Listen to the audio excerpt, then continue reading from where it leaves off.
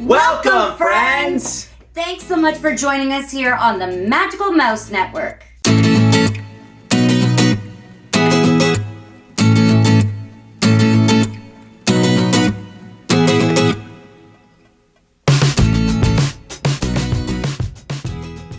Let's get right into our first magical update. Did you know that Tiana's Bayou Adventure has opened in Disney World? And it's one of my favorite movies of all time. That's right.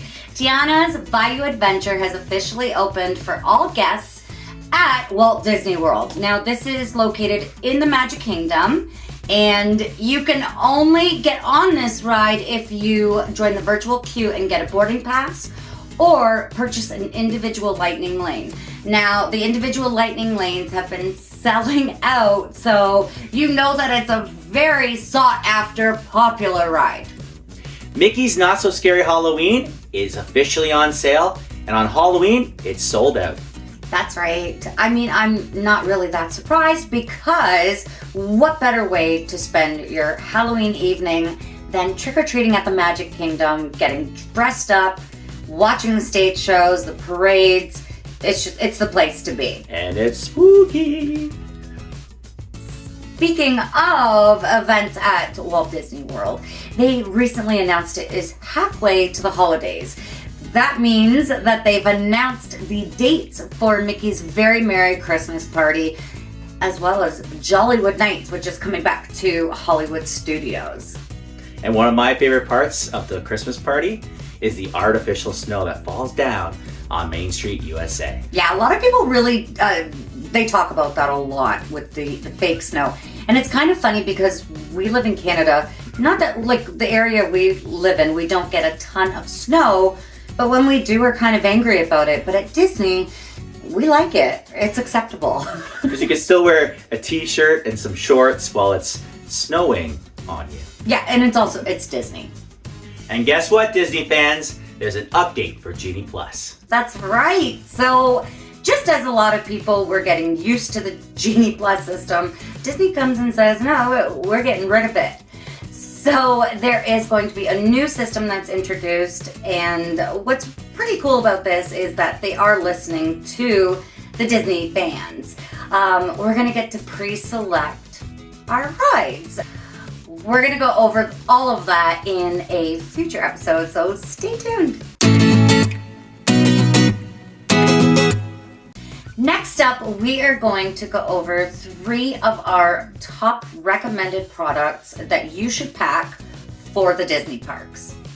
So the first product that we highly recommend are these, they look really simple, but these are ponchos that you can find at your local Walmart, and they're $1 each. That is cheap. I know. I know a lot of people who go and spend about $20 on one of them. Don't do that. Don't do that. These can actually be found right by the umbrellas in the kids section of all places. And they fit up to a 6X, not child, a 6X adult. So definitely grab one of these. We'll post a picture after, and then you can see where it's at. It rains a whole lot in Florida. I don't know if you've noticed. Yeah. It rains a whole lot, especially in the summertime. But even when it usually does rain, it doesn't last all day. So at least you'll have one of these, you throw it on, and you run to the Mexico Pavilion, and ride the Grand Fiesta tour. So whatever you there want to is do. still a lot you can do on rain days, but that will be for another episode.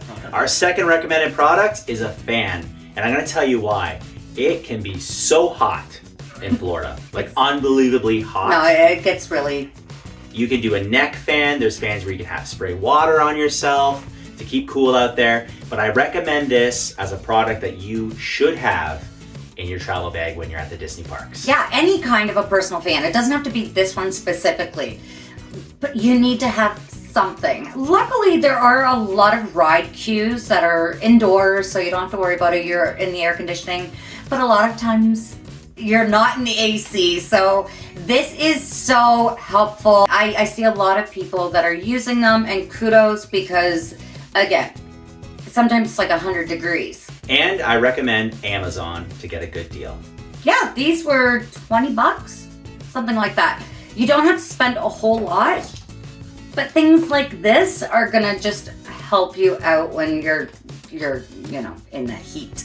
And for now, our third most recommended product to take to the Disney parks, it's a disinfectant wipe. For the love of everything, you want to stay clean. And I won't get into details, but it gets pretty nasty out there.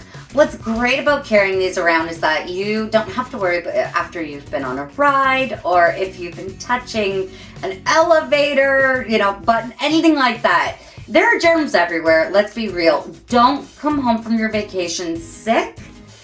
It's not worth it. So spend, a few dollars and take some of these with you. Pack them in your bag for the parks and use them here and there. It's great. Stay healthy. So this episode, we are going to talk about whether or not you should wait until a certain age to take your children to the Disney parks. So my recommendation is to wait until never. I think that you can take kids at any age at all. Babies, toddlers, preteens. I think that everybody of all ages really enjoys Disney.